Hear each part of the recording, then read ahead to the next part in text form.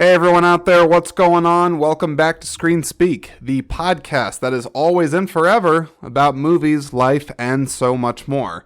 I'm Jordan Anderson, and as always, I thank each of you for coming by and listening to the sound of my beautiful voice as I talk with you all about the wide-reaching world of movies and entertainment. Have you ever listened to this show before? Or a podcast for that matter? I don't know. You could be super native to this or inexperienced with podcasts. I really have no idea because I can't read your mind. Do you come by your preferred podcast platform the second that you see a notification for a new episode from this show drop? Or have you been here since the beginning? Is this your favorite podcast? Or maybe even up there in the top 5? Whatever the case is, you should definitely let me know by dropping a comment on whatever it is that you're listening to this on, or you can send me a quick message on Instagram or email. All that crap's in the description of this and every episode, so just look there if you need that information. Reason that I'm starting off the episode with that is because I am always curious about who's actually listening to the show and or how you found out about this. So again, let me know. And lastly, as you're probably waiting for me to throw it in here somewhere because it's the introduction of a podcast and naturally it's going to be in that part somewhere, hit that follow button, right? Stay in the know with all things Screen Speak and help support the show and my sanity by hitting the follow button and coming back for more anytime there is more available. Does that make sense? Great, good, on with the show. So this episode marks the 5th in my exclusive series of conversations that I captured all from the 16th Annual Iowa Independent Film Festival. On this episode is Mr. Mitchell McCallson. Mitchell's a filmmaker, a writer, a videographer, a curler, and is an overall creative and very funny human being. He went to school for videography at Central Lakes College in Minnesota and currently resides there along with his wife Leah. Shout out to Leah. She was nice. Met her at the festival as well. He has his own YouTube channel called Lame Entertainment, which is L-A-M-E Entertainment. Stands for Luke and Mitchell Entertainment. Don't know who Luke is, but I'm going to assume it's a good friend of Mr. Mitchell. And he uses that channel to mostly produce comedy shorts there. He works as a multimedia project coordinator during the day, and for a fun fact about the man, he placed 3rd place in the sunglass company Pit Viper's intimidation contest. Now, I had to look up what Pit Viper was because I apparently live under a rock when it comes to sunglasses and the sunglasses community. I did not know a thing about Pit Vipers, but I looked into them and their brand is very, very funny to me. They kind of have like this 80s old retro vibe going with it, but they also do not take themselves seriously at all. And they just look like they're glasses for people that are looking to have a good time.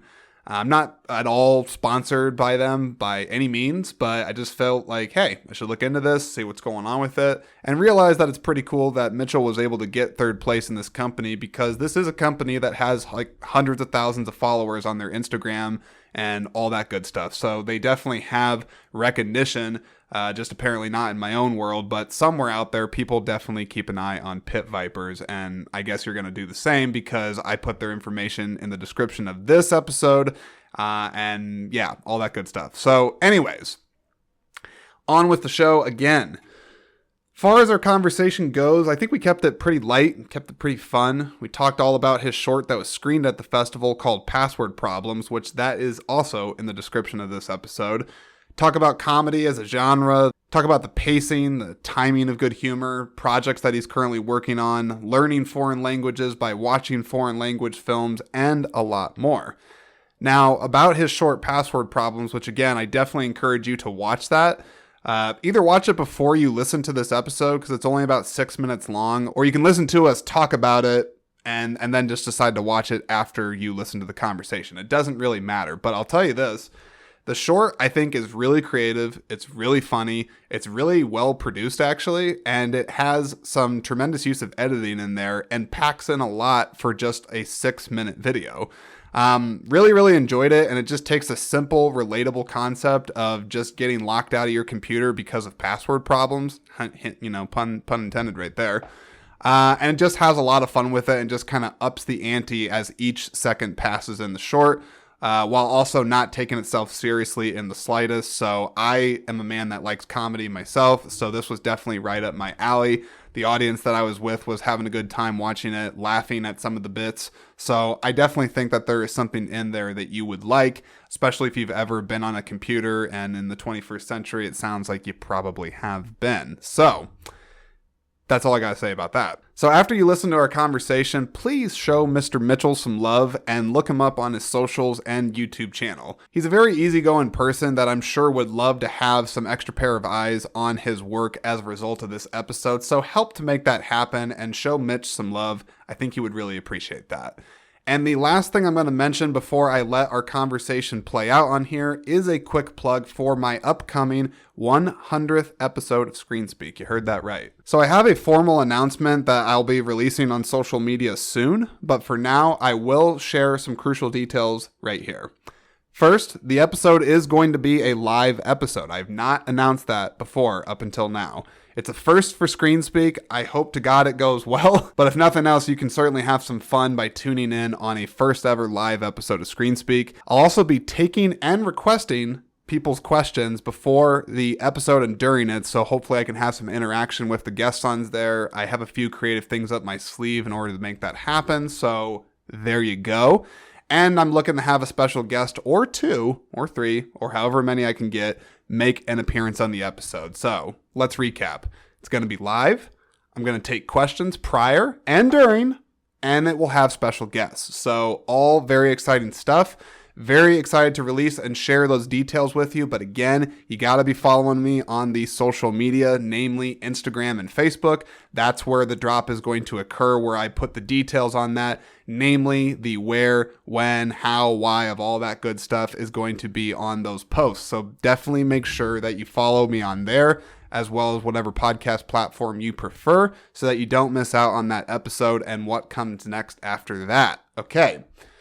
Let's see. I don't have anything else I want to say. I just want this conversation to play out and have you all have a good time with it. So until the 100th episode does drop, sit back, relax, have yourself a laugh, and enjoy this conversation with Mr. Mitchell McCallson.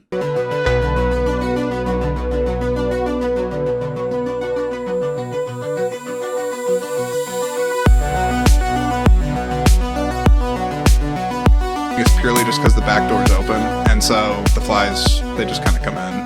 I promise this place is not infested. It's a very nice place. I grew up on a farm, so this is nothing. Where'd you grow up at again? Bridleton, Minnesota. So okay, like that's a small city. Like you're talking 1,000 people, and like 7 miles outside of town. So okay, smelling chicken fertilizer and manure every day. Like it's not. I've lived enough in the country to realize I want to live near a city. Yeah, it's nice to get the cow manure off your shoes, yeah, things like that. Not to stereotype the farming community too much. No, it's a lifestyle for some. Like my dad, I think he's like his nose hair is literally burnt off. Like I just don't smell it anymore because he's so used to it. But I come back and I'm like, yep. That is your dad a farmer? Was he kind of like? So he does cabinetry and then for work, and then he has a big garden, but like it's like a couple acres now, so it's kind of a farm, right? Hobby farm, yeah. Okay, very cool. Lots of vegetables. So, Mitch, yes, you got a film screening here, Iowa Independent Film Festival, Password Problems. Let's talk about it. How did this whole thing happen? What's your background with it? Just let's go. All right, so Password Problems. This is a short film that came from the daily hell that is logging into your computer. Yeah. No, I work for a public employer, and we take cybersecurity very seriously here. As the gentleman says a couple of times, once on flames. Yes, once on fire.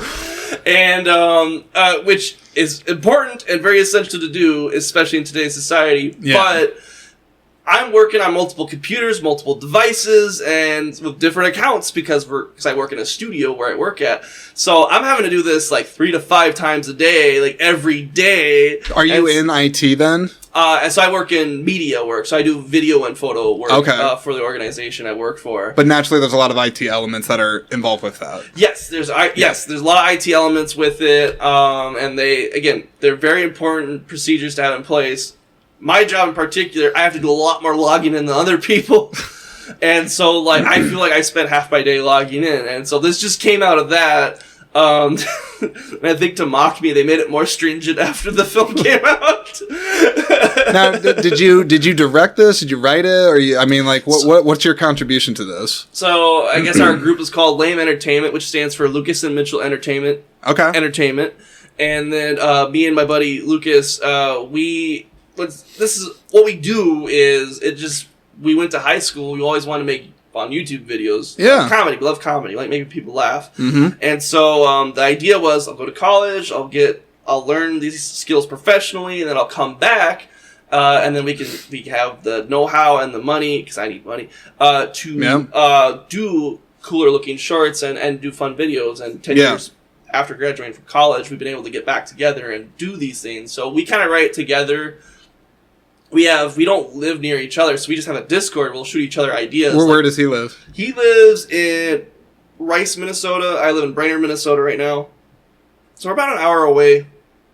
And we just shoot each other. We have a Discord where we have ideas. We'll throw out scripts. I'll do a draft of a script.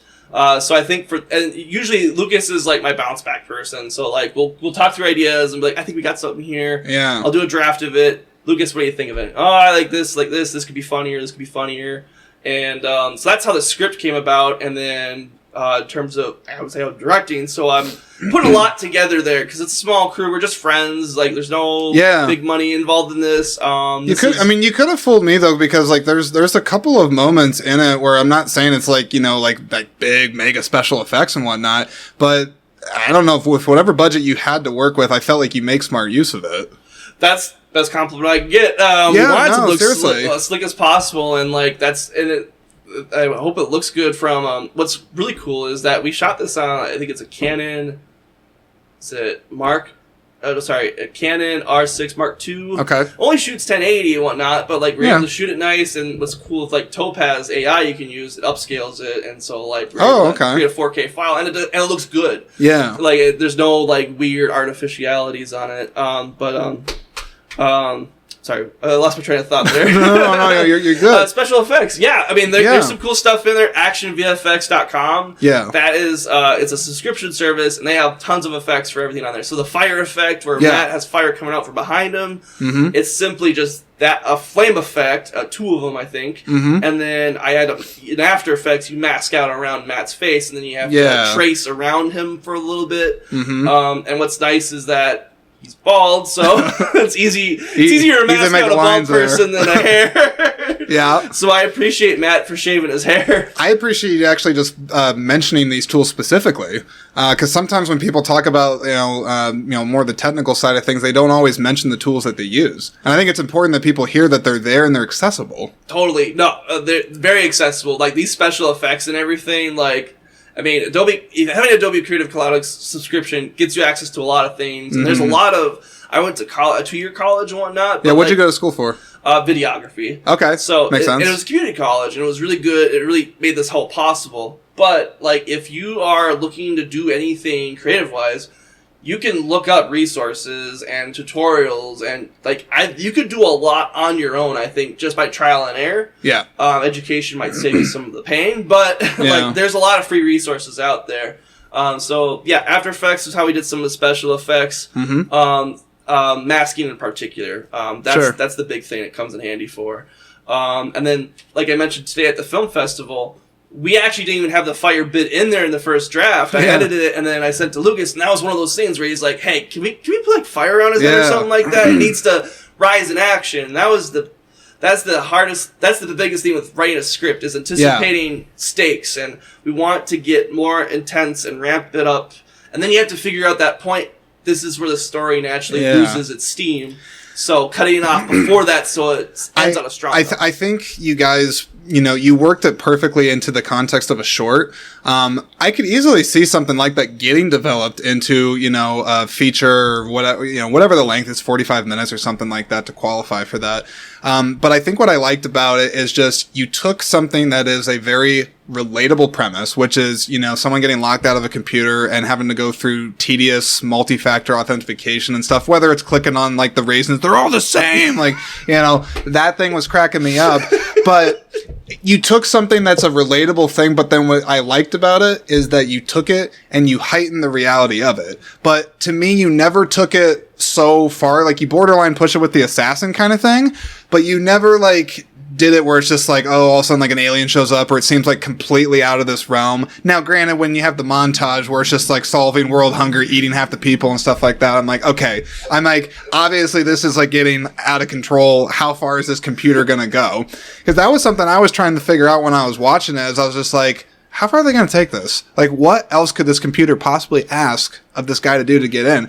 And so that's what I think what I like from my level as an audience level is that I just kept trying to see, I'm like, they're just going to keep going, and they're ramping it up. And it's like, where is it going? Where are they going to peak with it? Or how long are they going to push it? And I think you guys, for the length it is, because how long is this? I think it's right about 6 minutes.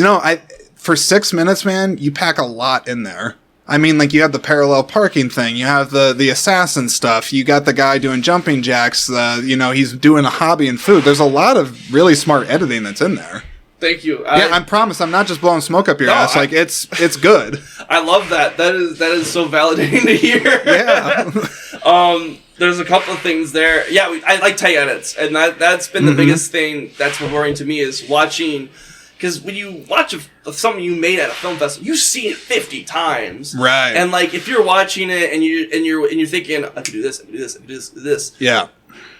Go back to it and fix it. Like, at least, like, there's things I look at it where I'm like, we could have shot this a little differently, but it is what it is for what it is. Yeah. But with the edit in particular, I want to make sure the edits are exactly how I want it, and that's what's been fun to me watching with the crowd is like, the jokes are hitting where they're supposed to hit.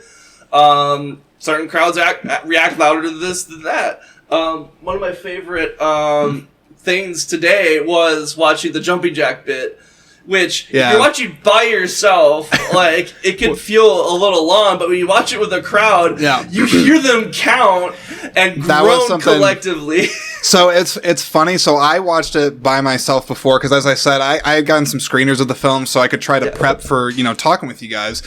When I watched that, I'm like, I mean, I was like having a giggle and like a smile on my face when I'm watching it, but I wasn't counting. So then when I was with the crowd, I'm like, I hear the people like right when he stopped, they're just like, that was 9. That was 9. Like there's like, is it going to call him out on it? That's exactly something that, like, if people that are listening to this, that's a communal moment right there. I mean, that is the epitome of that. If I watch that by myself, that is not near as satisfying without the crowd right there. And that is like, to me, like, is this the first time you screened it? This is the first. This technically the second time we did a little screener to because we a little backstory is that a lot of the film crew on this were classmates I went to school with at Central Lakes College in Brainerd, and we filmed this at Central Lakes College in Brainerd, and then we showed it at the senior or the filmmaker showcase that the students do. Okay. Because Matt, aka Steve. Flaming bald head man. Flaming bald head man. Maybe like a gamer tag or something. Yeah. Matt was a student at CLC at the time, and so it was this really cool circling back to what I went to school for film school and all that. And I'm sorry, I lost my train of thought again. No, you're good. It happens. What were we talking about? I'm trying to think about that too. Was we were talking about it, how often has this been screened? Yeah, so, communal moments. So then we showed it at the showcase. So that's my first time seeing it with a crowd, and that's what was really fun to see everyone really get into it. Today's the first film festival. Well, congratulations on that. Thanks. No, I mean, like seriously, I mean, like, this Iowa Independent Film, this is my first time being at this festival. But this festival has been around, I think this is the 16th year, maybe 17th. I want to say 16th. And I was talking with someone earlier. I think it was like Thursday night because I've been here since the beginning of it. And they kind of just like explained to me, it's like if something makes it past even like 3 years, 4 years, 5, they're doing something right. I think it's a pretty big deal for any filmmaker's film to get selected in a festival where there's going to be people that are casual, and then you have people that are serious filmmakers.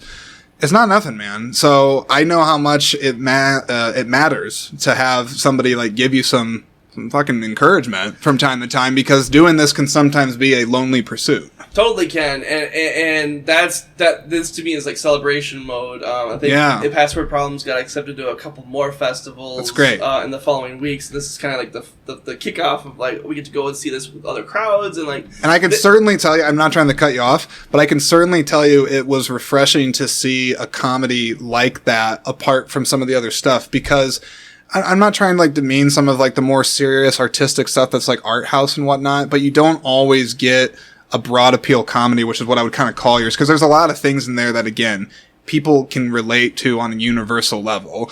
And I just like it. To me, it was a nice breakup from some of the other stuff that, you know, is of a different subject matter on there. I appreciate that. Totally. I'm glad that's something what we aim for is we want to, and it can be hard to make something that is broader appeal, right? Comedy's hard. It's very tough. And some people really lament that. But relish the challenge, like as an artist, right? Like how can you make something that does connect people? And it is really hard nowadays. But I think that's the fun part of it is like there are still things that connect people from all walks of life, from all areas, and like how can you find that and flesh that out, and you know, and make it interesting. You know, you don't want to. I feel like it's really easy to make something self-indulgent or pretentious and whatnot, and so like how can you look at yourself with another lens and be like, okay, I like this, but most people don't. They're not going to get this. How can I make them laugh or get a reaction out of them? And there's still like creative artistic stuff that you're doing in the movie. I mean, like you have to get creative with your shots. Obviously stitching it together too, because that's another question I had. Was this always intended on, I guess, A, being a short and B, being the length that it was? Because short can kind of stretch itself to, you know, 20 minutes, 30. I mean, 40. Like it can go out there. But I mean, was it always the vision, I guess, of this to try to get it to be like a tight, compact, you know, this is going to be like the quickest 6 minutes of your life in the best way? I think we go out and we write the script as long as it feels right. Like this is where, and then there's stuff we even cut too. So yeah, like, what stuff did you cut? So the parallel parking scene, like I also do storyboarding for it, and so I storyboarded like probably like 15 shots where we were gonna show. It was gonna be funny, like how many cuts there were. Where it was just like like 3 frames of a shift, 2 frames of a acceleration, and the car moves slightly forward, and it was just too much of the same joke. Like it's kind of beating a dead horse. Like it could be funny. But it also like it drops the whole pacing that we set up so far. Yeah, and like that's where you gotta weigh out when you're making comedy, especially. Well, I guess anything is like, is the dramatic hit, is the comedic hit, is that going to ruin the pacing we set up? Pacing is incredibly important, especially with a comedy. I mean, other genres, like, you know, like they say, you know, slow burn, like it breathes, the scene breathes. Yep. In comedy, it's tricky to let stuff drag out too long. You know, you want to kind of keep in tone with, keep in touch with what the audience is going to, you know, respond to. Yeah. You know, you don't want there to be too many lulls, and I think you guys hit that stride pretty well in this. And I think, thank you. I think if you were to make it longer, you would have to make it more about the characters and flesh them out. Than just the whole thing being about logging in, right? Logging in then becomes the background plot while it's about a character. And because with so we didn't really have a time we're aiming for. We just make online. It ended up being what it ended up being. Yeah. But like you could definitely make it longer and into a feature, longer short if you wanted to. Not that to do that, I think you would have to make it more about the characters. Sure. Like so, you got Steve, you got Isaac. Get more into them. Have you worked with them before? So Brad and Matt. So Brad went to high school with him, and we were in a play together. Mad Scientist in Love, senior year. He didn't do a lot of acting. Me and Lucas did more theater. Mm-hmm. But Brad was like, he did the Mad Scientist in Love with us when we were seniors. Yeah, and like was great. He's naturally at it, and then I think he asked because we try to do a video a month. We don't always because we are all adults and we have lives. But, like, I think he's like, hey, can I, be a part of the next video? And we're like, all right, well, I got this one about cybersecurity, and, like, Brad would be perfect for it. Because Brad is really funny when he gets frustrated. Now, which one is Brad in the movie? Brad is, Isaac, the main character. Okay. The man who has to log into his computer. I very much liked, I mean, for him specifically, he definitely had like a good like everyman kind of quality about it where it's just like, God damn it, man. Oh, shit. Like, it felt authentic. Like, I mean, because sometimes, like, comedy, like, some people can be a little too stilted and, like, when they do it, or, like, it feels like they're giving, like, a performance and, like, they're kind of purposely in on the joke. His just felt like, nah, I'm fucking pissed at this computer not working for me. And that is a hard thing to get to. Like, you have to, as, like, the director, when you're telling the people, when you're giving them lines, and when you're deciding, I like this take, I don't like that take. You in your head, you're like, it's funnier if you play it straight. If you try to sell it like a stand-up joke, like on stage, like it's gonna come off cheesy, and that is such a hard line to ride. It's like, when is it the suspension of disbelief, right? When is it too cheesy, and when is it relatable? Where is that line? And then we try to be inclusive, right? So we try to keep things PG-13. Sure. You want to? Because I think it's a little. It's easy to just kind of curse and like, throw away a line, but which I do all the time. I swear a lot. You can swear here, but I will absolutely say when it comes to swearing, this is something I kind of actually figured out when I was a freshman, like back in high school. So I'm going to rewind the time clock here for a second, but I went to a private school when I was growing up. Like, it was elementary, like, Lutheran Christian school. I mean, like, wearing, like, the khakis, bowing to Jesus, like, the whole thing. Respect God, it's cool. Like, I'm telling the story. And so that was kind of, like, a lot of, like, my younger years. When I transitioned to the public school system, which I did that just for 1 year in the 8th grade, and then high school happened. It's a long story on that. I was going down hallways and I could not believe. Everyone's sailors. oh yeah, no, it's just like, like they're saying all this stuff and like, I'm just like, oh my God. But then the more I would be around it, the more I would notice that like they would overuse it. Like they're saying, like, it's almost like if you watch like Scarface and try to count the amount of F's that are in it, because it's a little self-indulgent. It's a ton. It's a ton. But then the more I notice, and this is going to sound a little highbrow, but I promise it's good intention. Oh, it's fine. Is that the more I kind of listened to the people that did that frequently, usually it meant that they just didn't have a great vocabulary. To be honest, like they just didn't have a greater way of understanding how to contextualize what they're saying and talk. And so they would do that.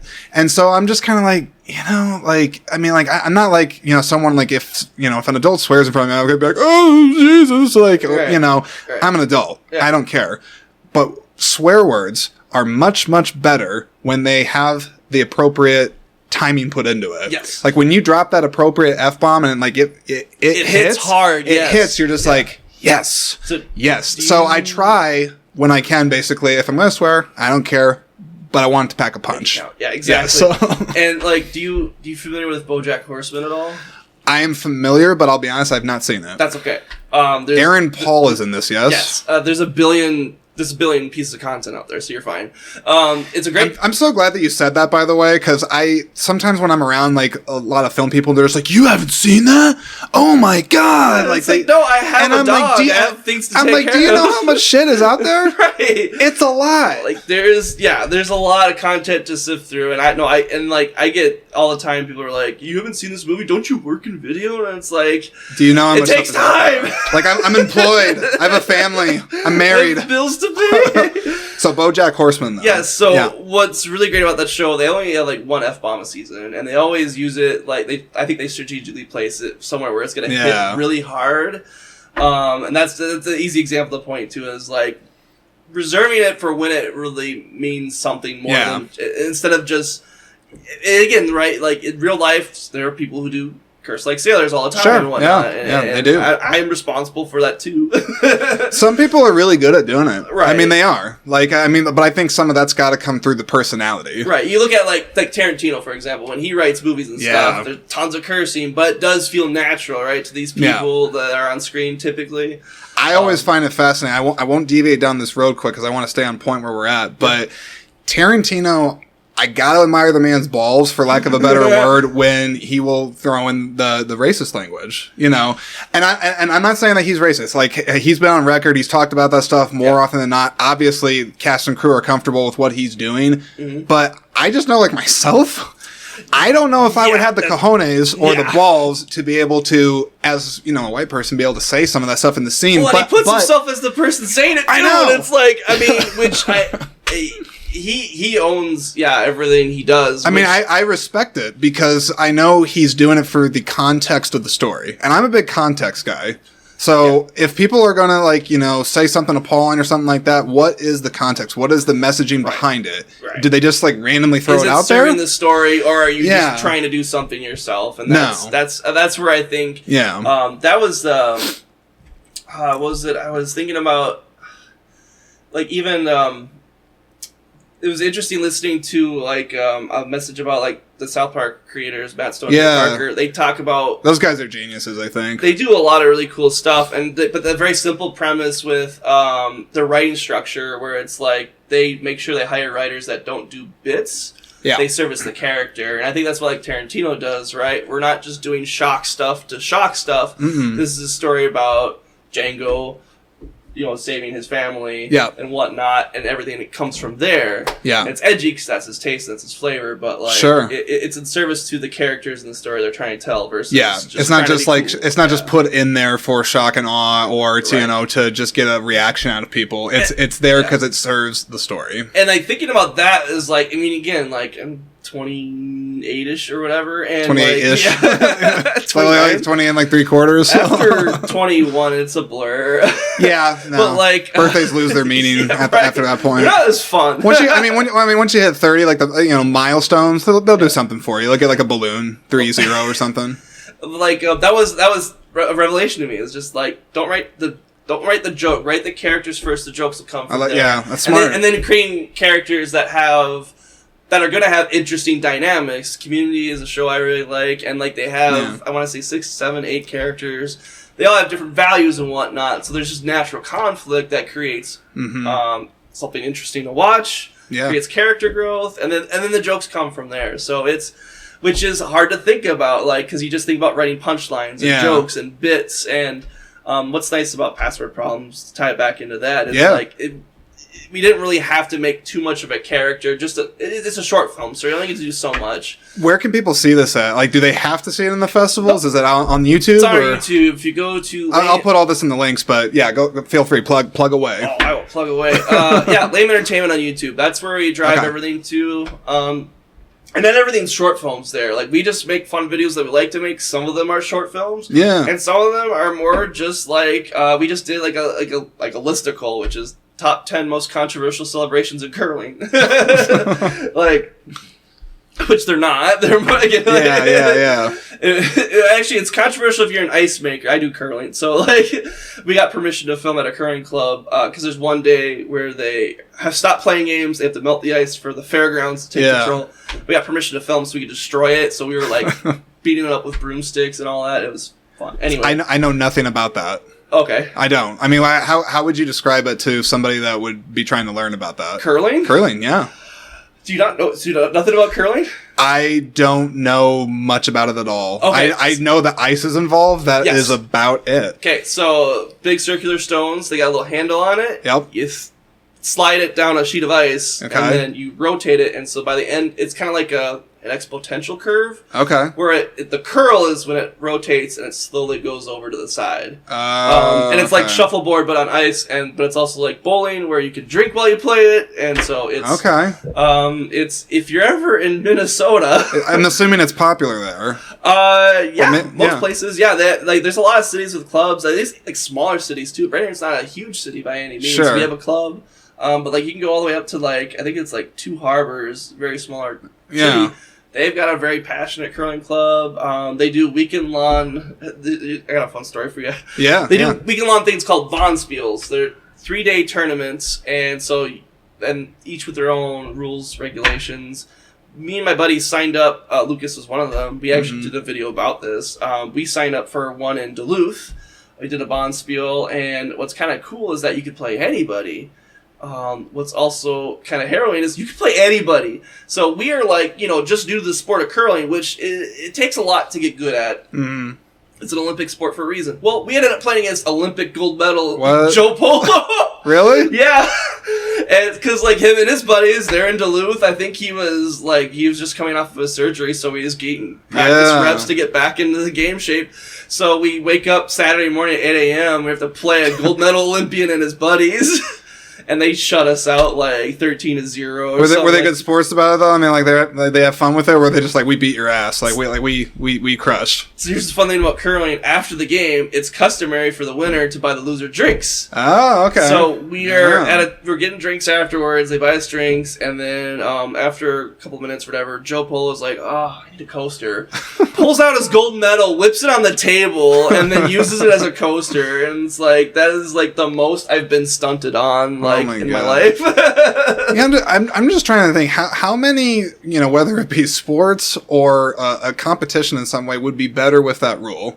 Buying the yeah, no, I'm serious. I know like a lot more like people get so is pickleball really huge here? I mean, I'm not the person to ask about it, but off the cuff, I'm gonna say no. Okay, because I could be wrong though. Like in our area in Minnesota, like it's pretty big. It's like it's expanded from like the metro now into the rural areas, right? And like it's a very accessible sport, so like very elders can play it, and it keeps them out and going. Wait! Did you say pickleball? Yes. Okay, I am sorry. I thought for some reason you said pick up ball, and I'm I don't know if that's like a pick up basketball game. No, pickleball.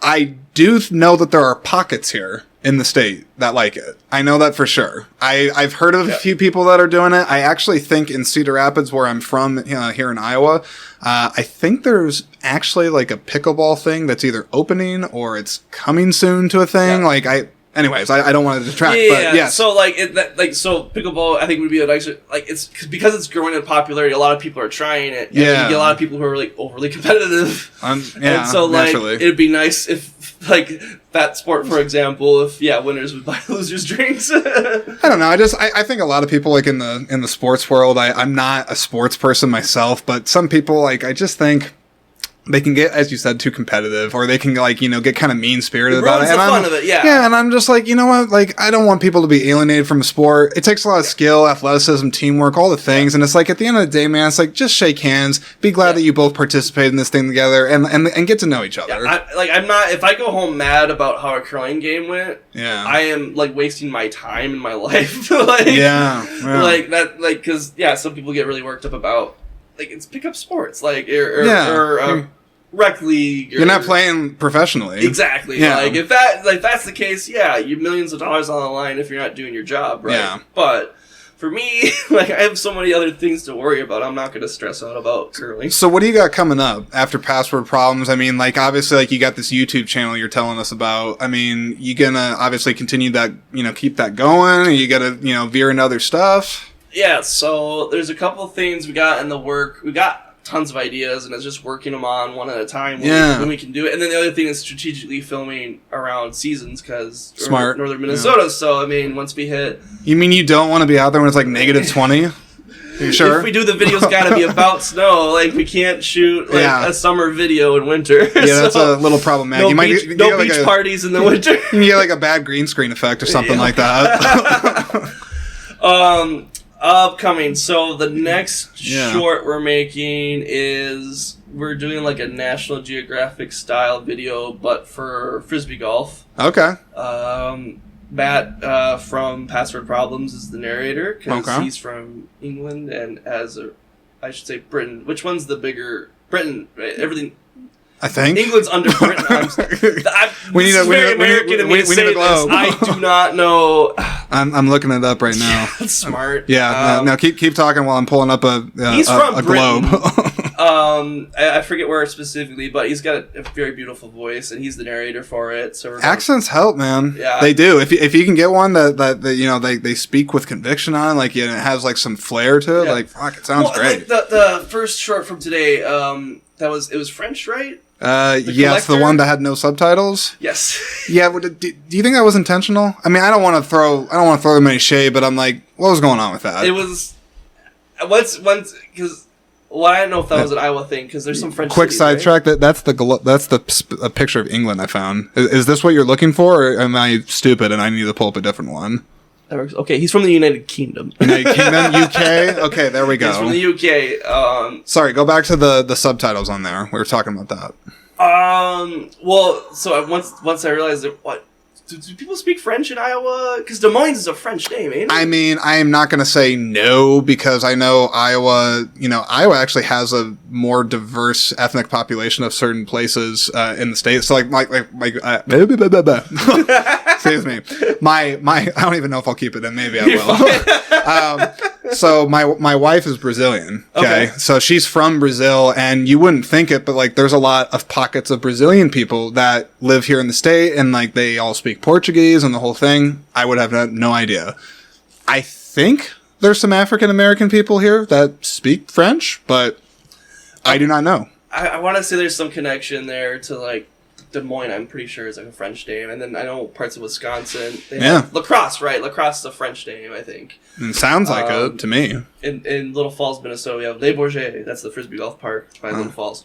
But I didn't know if it was like a local thing where it was just like, oh, okay, it's in French, and but at that point I was like, once I realized there was no subtitles for it. All right, well, visually, what can I observe here? It's kind of like watching an opera. So like I watch opera like once or twice. Yeah, and I don't speak opera language. Yeah, but if you feel the emotion through the words, then I think they kind of say, or somebody probably has a saying about this, that a good movie should be able to work even if it's like silent and you're just watching it. Like the visuals are telling a story. Yeah. So I was a little confused by it at first, but at the same time, I've learned with film festivals, expect the unexpected. Yeah, that's what's cool to see. Surprises like that'll happen, and they won't always either go as planned, or maybe it was. But either way, you don't know what you're in for. Here's my take on it, and this could be totally butchered, but I think it was an old grandfather had to watch his kid. I would hope he had quite the beard. And like, you know, his voice is beautiful. His performance is great,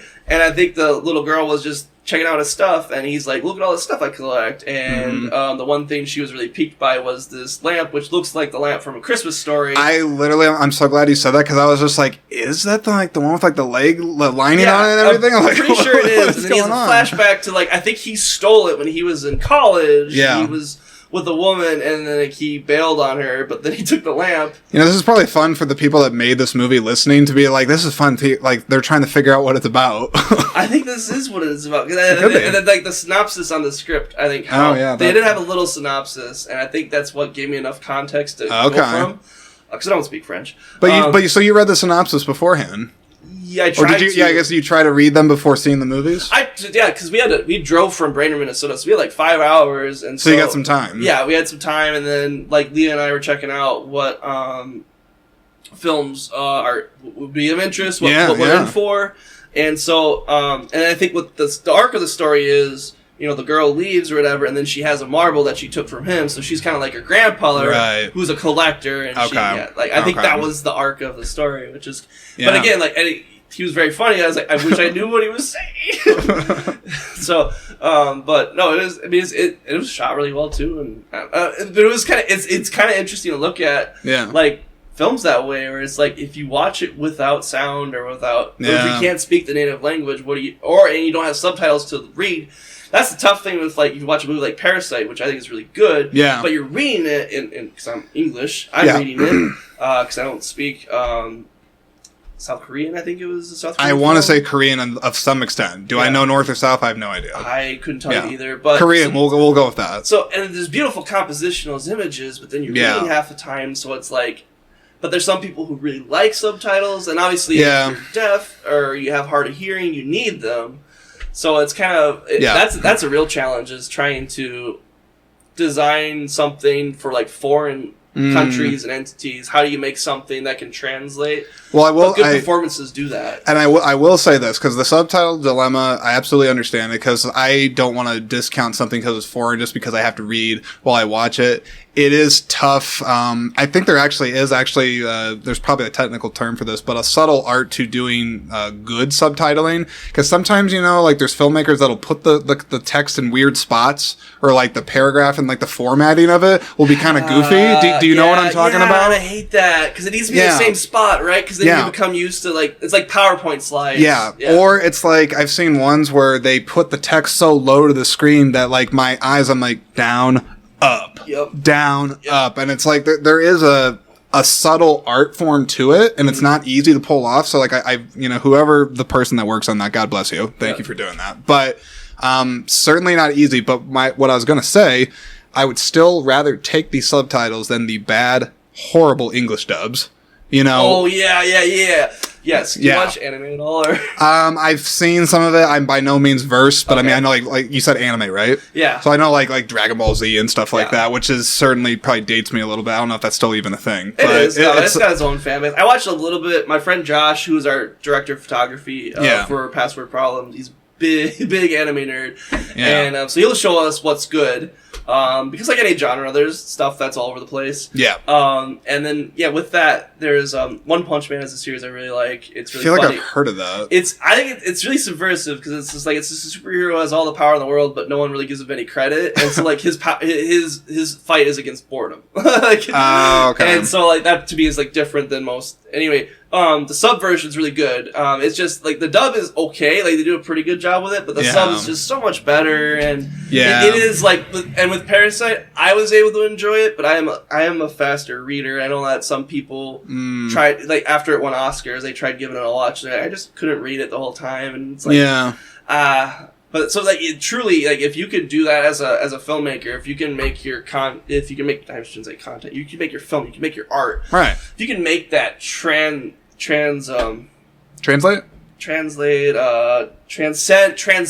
language barriers, and still come off as effective, like that's the biggest compliment you could ever make. Yeah, like. because then the movie, it crosses borders. It's not just a Korean film. It's a film for the world. Everybody can understand it and take something away from it and appreciate what's there. Have you ever gotten shown Brazilian cinema at all? So that's interesting.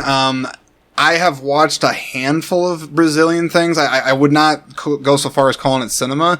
My wife, at least, she's not really like a movie person, but she has educated me that, Brazil does not have there's not like a Brazilian independent film festival or something like that. I mean, there's movies that come from it. I think City of God is it's one of the more famous movies, I think, that's originated from Brazil. I might be completely mistaken on that. So sorry if I am. Yeah. Trupa Delete. I don't know if you've heard of that. That is one that I hear gets thrown around a lot. It's like a action police officer movie. Okay. So if you get a chance to see that one, I mean, that one is pretty good. That's the one I've seen. Okay. But no, I mean, really past that, there's a lot of soap operas in Brazil. I was going to say telenovelas, right? Yeah, They there's a lot of, I don't even know if it's bad soap opera TV. I know in America we have some comical ones that are really corny. Yeah. But no, they have a lot of stuff like that. There's a lot of scripted series. I don't see a ton of movies there. Yeah. All in Portuguese, of course, which I have heard, and I guess I'm just a stubborn English ass on this, but if you ever are trying to learn the language of Portuguese, I've been told by several Portuguese people that now speak English that it's good to have the subtitles on, excuse me, what am I trying to say? You watch a movie all in Portuguese, but you put the English subtitles on. That's what I'm trying to say. That's what we did in Spanish class. We watched Anchorman. Oh, God. That'd actually be funny. It was, gosh, there was... you speak any Spanish? I'm very, not good. I'm trying to think of it, and it's been so long that I'm probably going to say the wrong thing. Yeah. There's a big difference between, being embarrassed, and then, the word for embarrassed is very close to pregnant. So, if you say, yo muy embarazado, I think it says I'm very pregnant. And, the word for embarrassed is very close to that, but it's not that. And, that's what I remember. Rudios, I don't even remember. Yeah. Loud Noises is what we were trying to... I wrote it down. Loud Noises. Yeah. I love Lamp.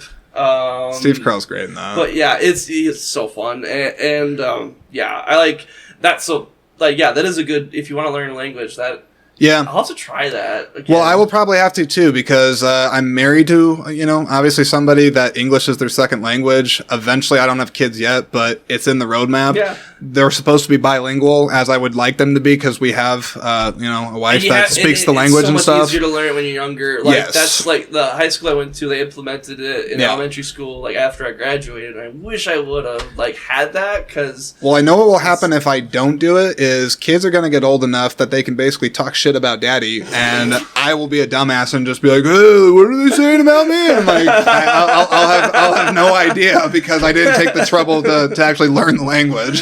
Just smile and wave. Yeah, just smile and wave, like, okay, whatever. They're being fine. They didn't just tell me to go F off or whatever. No, hopefully that would never happen. You just need to learn enough sentences to make them feel guilty if they're making fun of you. You know, like, I mean, I will say, like, the more that you are around people that speak it, so, like, I've been to Brazil twice, and in those times I was there for about a month apiece. Okay. And when you're around people and stuff, it would be difficult, but sometimes I would encourage them either not to, pull up Google Translate or something like that, because it's like, it's uncomfortable trying to learn it, but I mean, the more you immerse yourself around it, you start to like figure out like, okay, like they're pointing to that, they're saying that, like you start to kind of word associate things, and it's weird, like you mimic people. Yeah. It does work. I can say a handful of things in Portuguese. My favorite one is just saying, eu me nome é Jordan, which is just, hi, my name's Jordan. Yeah. And then I'm just saying, like, eu não falo português, which is, hi, my name's Jordan. I don't speak Portuguese. Gotcha. So then they're like, oh, okay, sim, which sim is just yes. So it's like, I know a handful of words, and like sometimes like my wife will be saying something and I'll hear something, I'll be like, ooh, I know that one. Or I know that one. Yes. So I think, it just builds from there, but if I expect to ever be able to speak it as a second language, I gotta actually step it up. And movies would probably help because I spend a lot of time watching them. That'd be fun to watch a movie you love in a different language. So I know. Like, not a new movie, but something you know by heart. And that's what they also say works is like, don't do like a new movie, because then you're kind of trying to pay attention to other things outside of the language. But if it's something I've seen 10 million times, well, then that's going to help me pick it up a lot better. What would be your pick? Something you've seen 10 million times that you're a big fan of because you watched a lot. Yes, of course. To watch in a foreign language? Language, yeah. Okay. Well, I can tell you one. It's not a great one, but when you brought up Spanish and Anchorman, it did make me think of this. So one of my favorite movies I always tell people about is the movie GoldenEye. Okay. Pierce Brosnan, James Bond movie. That's one of the first movies I can remember at an early age where I rewatched the shit out of it. Yeah. Obviously, you play the GoldenEye 64, I play the game. But I really just I became obsessed with that movie and just rewatching it. And I have so many memories of literally sitting on my dad's couch with a can of Chef Boyardee, very specific, but just eating a bunch of SpaghettiOs and just consuming this movie. But me and my older brother, we used to screw around with that movie and sometimes put it in Spanish because we thought it was hilarious. Okay. We don't even know what they're saying, but it's just like James Bond, shake it, not stir, but I'm so sorry, Spanish speaking people. I'm not an ass. But we would just laugh at how funny it sounded. Right.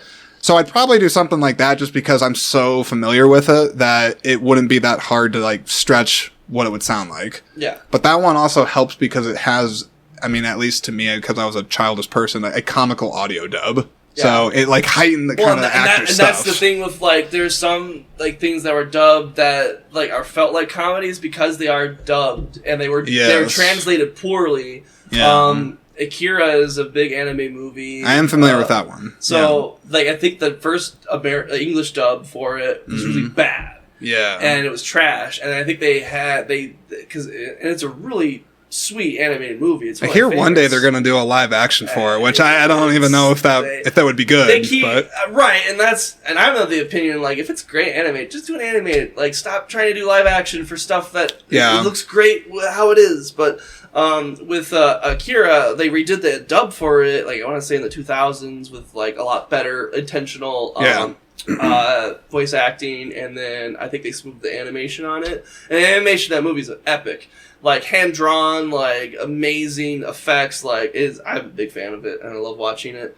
You talk about Blade Runner, cyberpunky stuff. Yeah, that is at the forefront of it, and it's a bummer to me that animation like that is, for the most part, not paralleled nowadays. With the exception of you look at stuff like Into the Spider-Verse, or even the new Puss in Boots: Last Wish, which I heard that was really good. Yeah, it was. I was because I haven't watched any of the Puss in Boots movies, but this one felt like Spider-Verse, very intentional with cool animation. Yeah. And like I wish, and I like 2D animation personally. It's just I like the look of it, and I feel like we've gone a lot more 3D. I think it's because it's easier, it's cheaper. I'm sure. You make a model, and then you make the model do the things versus hand drawn, frame by frame. Which it is tedious and expensive, but I love it when it looks great. I got to flip the question back to you. Yeah. If you're going to learn another language, what's the movie you're going to watch?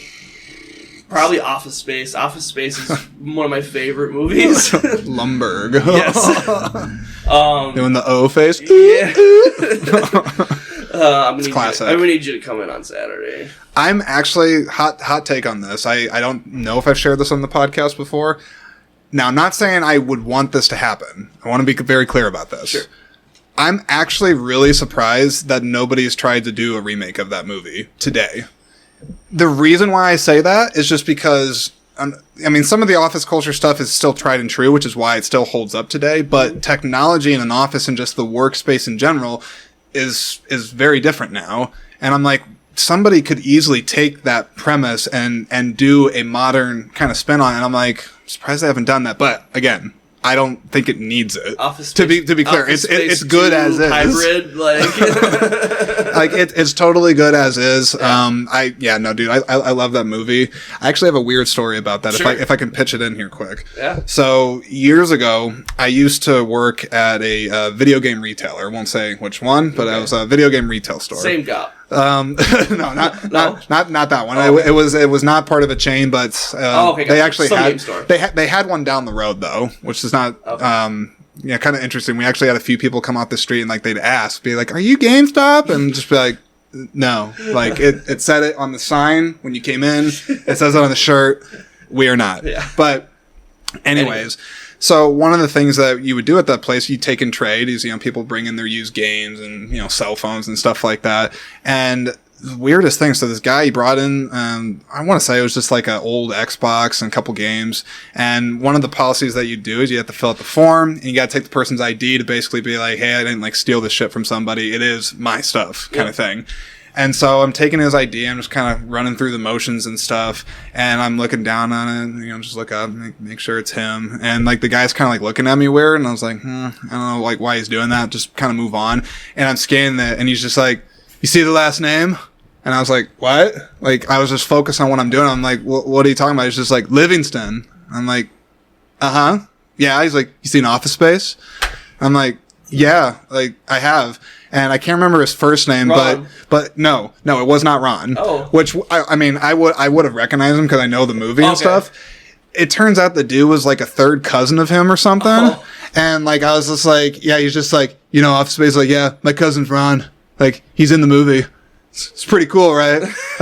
I'm not kidding. That's how he was talking. And I was just like, yeah, man, I like Office Space. Yeah, for sure. You worked hard for that. What do you want? You think you're going to get an extra 10% by telling me this? It was just kind of a strange moment on that. I'd never forgotten that. Where it's if you have a famous family member, it's just by the way, did you know who I am? My third cousin was the lead in a box office bomb. Don't you know me? Yeah, I'm just kind of because it just made me think with that. I'm like, how often does that guy use that as a social trick? Just to be like, hey, I'm now more interesting because of what my family member did. Right. So, some people need anything to latch on to. Yeah, sorry, I had to bring that up. It's very odd. That is a very was it lame claim to fame? Yeah, claim to fame. Yeah, that's what Weird Al did a song on that, where it's all these stretching these I know the person who did this. I knew the person who once caught a wig from Kiki one of my favorite jokes with that. It's not the same exactly, but you seen Spaceballs? Yes. Where they're just I'm your father's brother's cousin's uncle's roommate. What does that make us? Absolutely nothing. Yeah. It's just and? Yeah. I could talk all about Mel Brooks for a long time. But, man, I've taken a lot of your time on this. I appreciate you being here. So, if you haven't already plugged yourself, where can people find you? Lame Entertainment on YouTube. Our icon's a duck. That's a light bulb. It's blue. Go follow us on YouTube. That's the biggest place we want. I'm definitely going to check out more of your stuff because, like I said, if it's at all in the tone of what I saw here with the password problems and everything like that, I dug it. I would say Password Problems is the best one we've done. Again, not everything we do is like short film stuff. Some of it's just videos. But that's what was really cool about Password Problems as a project is like films are such collaborative beasts, and this one made me so happy because everyone brought something of themselves, and like to me, like selfishly, I'm like proud of myself that I was able to help create an environment where everyone felt like they could contribute, and bring a little bit of themselves. I could sense people were having fun. Yeah, I hope so. They didn't yell at me, but like they were able to like Brad like being himself as the main actor there, like that's Brad's acting chops right there, and having fun with it. Josh as DP, like there's a couple shots in there that like. I had it storyboarded, but like he made a couple of really cool shots, and he's the guy who did the operation on it.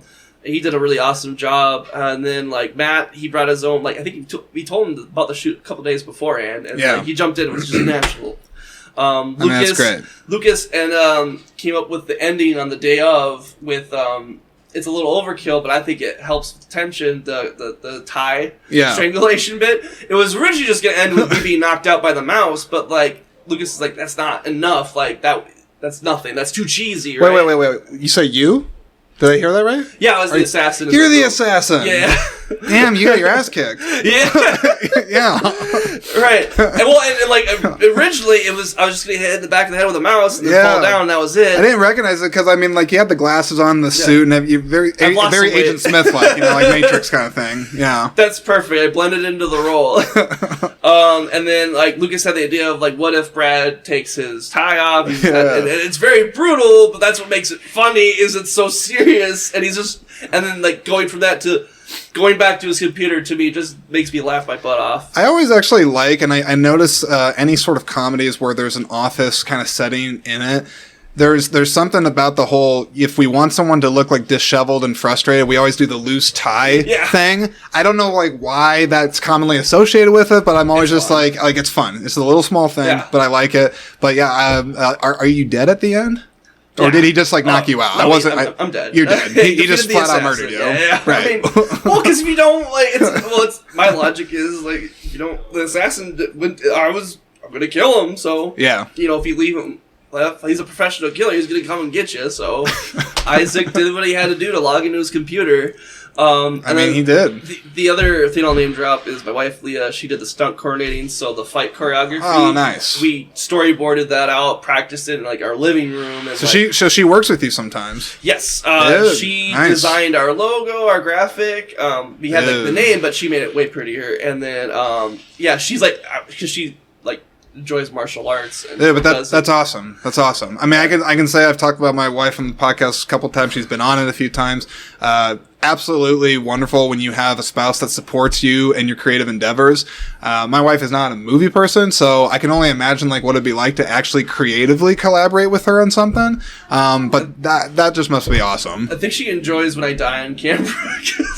Yeah, just like yes, just like oh sorry, she's like, I wasn't. Brad, you can strangle him harder. I'm like, no, you don't. Yeah, make it real. Method. And then also shout out Brett Balmer, our sound guy.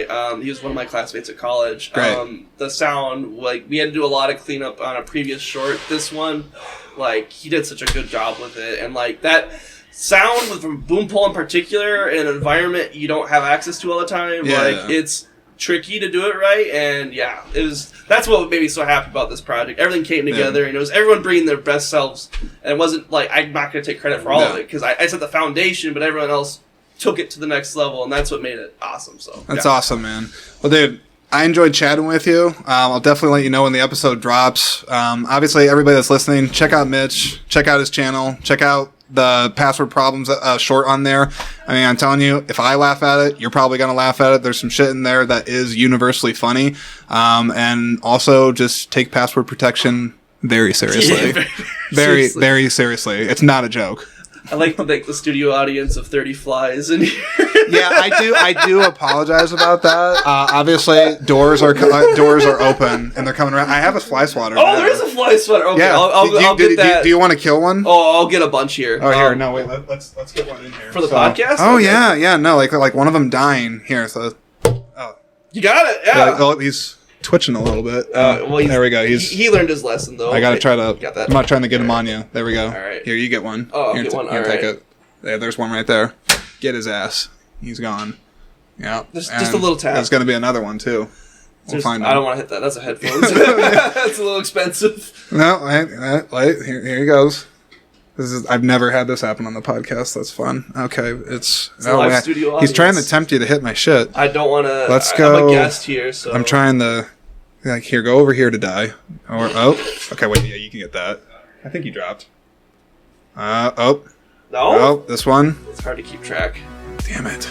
I just wanted to get one more. Oh yeah. Bam. I think you got him. All right. Got his ass. Okay.